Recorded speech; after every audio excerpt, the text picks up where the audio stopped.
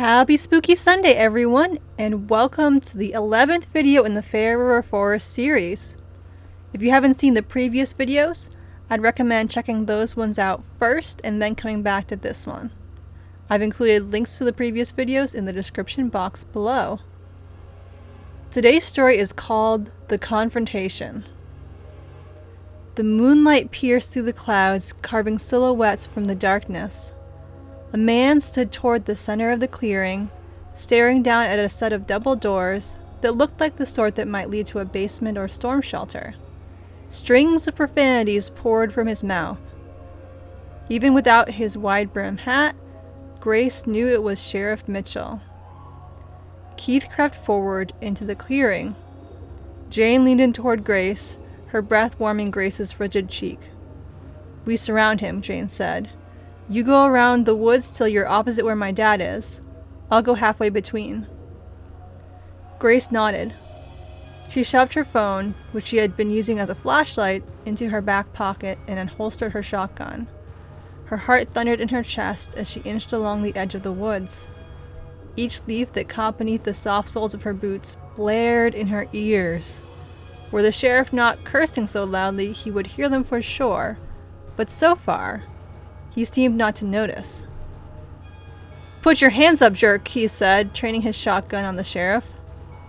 Sheriff Mitchell whirled toward Keith, the moonlight glinting against the revolver he clutched in his hand. Grace's stomach dropped.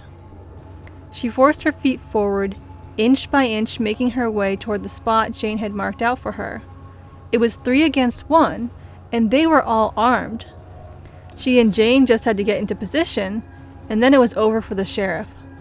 "You lost your mind, Keith?" Sheriff Mitchell said. "Put that gun down now." "No way in heck. You've got my daughter, you jerk." A gunshot rang through the night. Keith Howard moaned and crumpled to the ground. Grace's heart froze. "Dad!" Jane shrieked. The sheriff whirled around, aiming his gun at Jane. "And who do we have here? The other Howard girl." Grace bit down on the inside of her lip, cutting off the shriek building in her throat. A coppery taste spilled over her tongue. "Leave her alone," Keith said. The sheriff's head flicked toward Keith. Another gunshot rang out, and Keith slumped back, whimpering.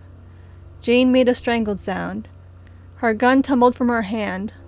The tears pouring down her face glistened in the moonlight. Her cries seared through Grace's chest. Jane looked so small and timid standing there, a shell of her usual presence. An urge to protect her overwhelmed Grace, but every muscle in Grace's body was locked in place. You're killing him," Jane said. Sheriff Mitchell smiled. "Sure looks like it. And now I'm gonna kill you too. And after that, I'm gonna kill that whore of a sister of yours, like I should have done weeks ago." "You don't have to do this," Jane said. "Oh, but I do. Can't have you telling anyone about my little secret." "I won't tell.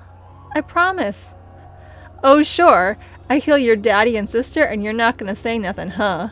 Like I believe that." The weight of Grace's gun drew her out of the trance she had been in.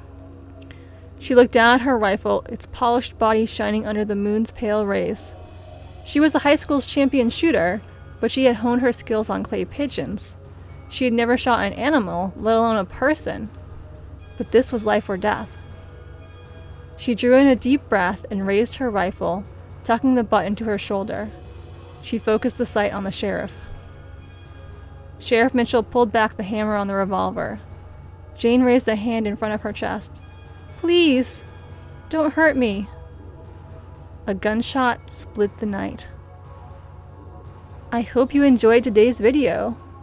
If you did, consider giving it a like or letting me know in the comments. I post new videos twice a week, funny or outrageous ones on Wednesdays and spooky ones on Sundays. Thanks for watching and have a great day.